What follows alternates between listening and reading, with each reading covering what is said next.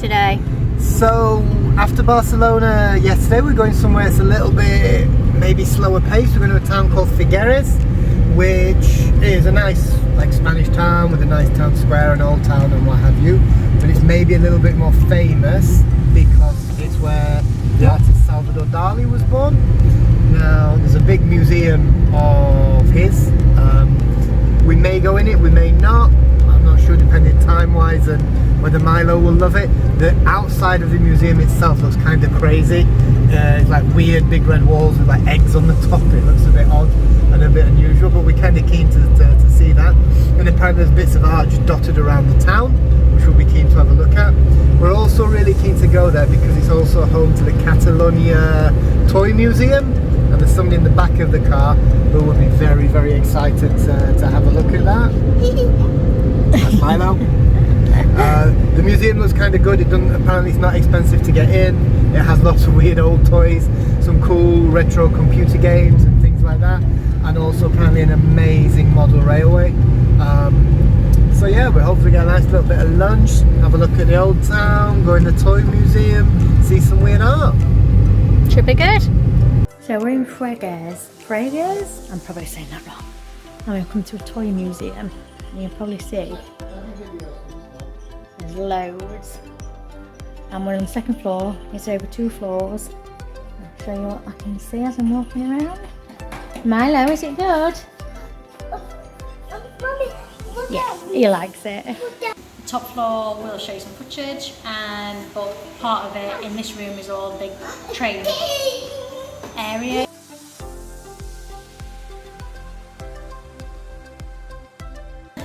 But Milo really loves it.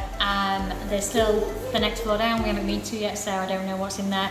Really cool stuff in the other room, spinning tops and stuff from different centuries. Really, really interesting.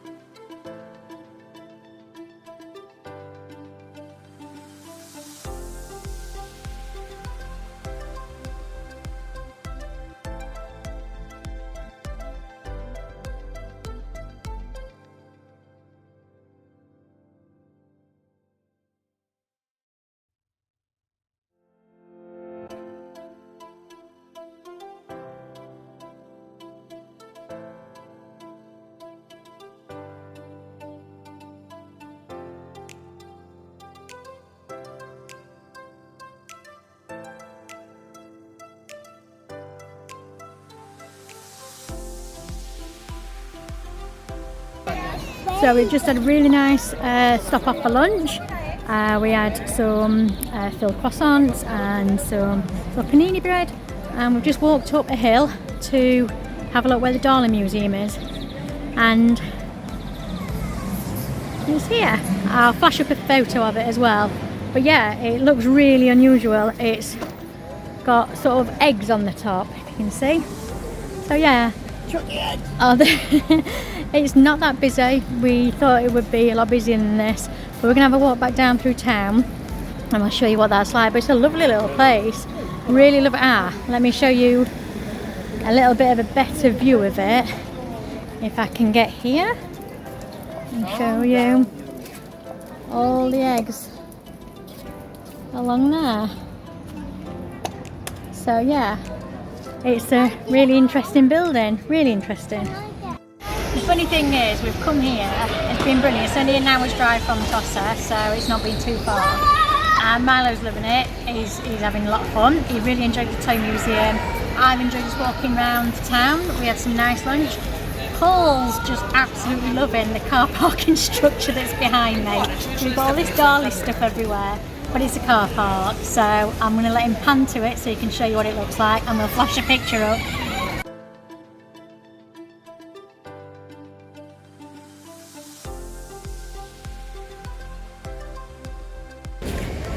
So what Tracy said there kind of makes me sound a little bit weird, doesn't it? To put that into a little bit more context, I absolutely love brutalist architecture. I used to live in China and parts of the communist world, and they've got some fantastic structures there that just dominate, and they're just powerful and whatever. I really like the car park there because it is an example, a really good example of brutalist architecture. The concrete is done in a way that kind of looks very streamlined and a bit unusual. But what I also like, to make me sound not a little bit stupid, coming to a big artistic city and then looking at a car park, is that I like the contrast, the juxtaposition. You have the absurdity of the Dali Museum with looks like it's got eggs on the top and weird bits of plaster stuck to it and everything. It looks nonsensical, which is what it's supposed to look like. And then you've got the car park with rigid concrete and everything next to it, and I think it looks really good. It's not just a car park, there's an office building that's also quite brutalist next to it, which is really thick, strong lines, and I think that the juxtaposition between the two is fantastic.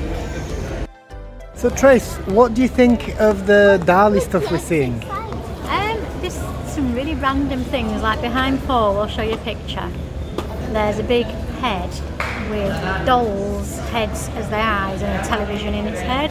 So it's a bit odd. I'm not massively familiar with Dali, but I mean it's a bit quirky. The building around the other side is amazing. Yeah, a little bit odd, I think.